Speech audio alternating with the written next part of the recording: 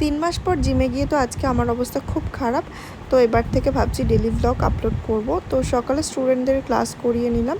তো সব স্টুডেন্ট এখানে আসেনি, এর মধ্যে আমার লাঞ্চ টাইম হয়ে গেছিলো, আমি লাঞ্চ করে নিয়েছিলাম।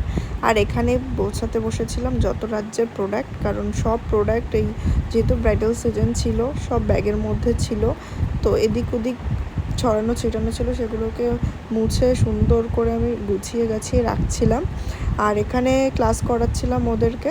আর তারপর আজকে প্রায় 3 মাস পর আমি জিমে যাব।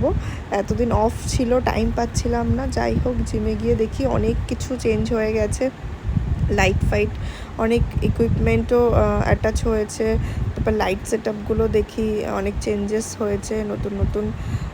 তো যাই হোক, ভালো লাগছিলো। আর এই পাশটা আমাদের হচ্ছে কার্ডিও সাইড, টোটালটা এই পাশে আমরা কার্ডিও করে থাকি। আর মেন সাইডের যেখানে ওয়েট লিফটিংয়ের সাইড